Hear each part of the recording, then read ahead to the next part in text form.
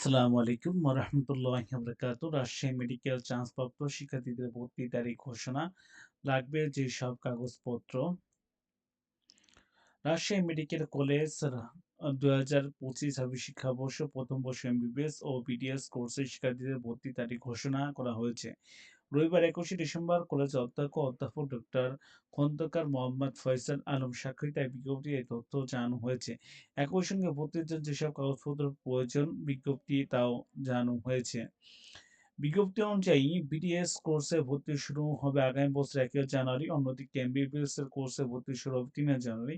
এতে চলবে আগামী ৫ জানুয়ারি পর্যন্ত সকাল ৯টা থেকে বেলা ১টা পর্যন্ত ভর্তি কার্যক্রম চলবে।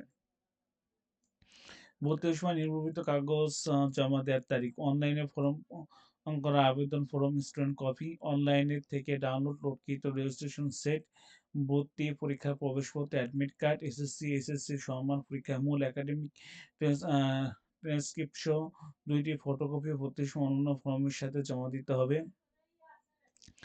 এসএসসি বা সমান পরীক্ষার পাশের মূল সনদপত্র, এসএসসি বা সমান পরীক্ষার পাশের মূল সনদপত্র, সাময়িক সনদপত্র, টেস্ট এসএসসি ও সমান পরীক্ষার মূল রেজিস্ট্রেশন কার্ড, সদ্য তোলা পাসপোর্ট সাইজের সত্যায়িত রঙিন ছবির ৬টি কপি ও স্ট্যাম্প সাইজ ২ টি কপি, নাগরিক সনদপত্র মূল কপি বা মূল সনদপত্রের সঙ্গে ফটোকপি হোস্টেল ফরমের সাথে জমা দিতে হবে।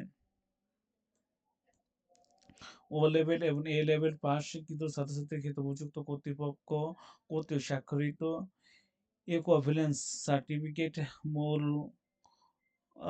মূল সনদপত্র বা স্টেটমেনিয়াল জমা দিতে হবে। ভর্তি রেজিস্ট্রেশন ফরম বা ইমেইল অ্যাড্রেস আ ঘরে বসে পূর্ণ করতে হবে। এই আরকি আপনারা করতে পারেন।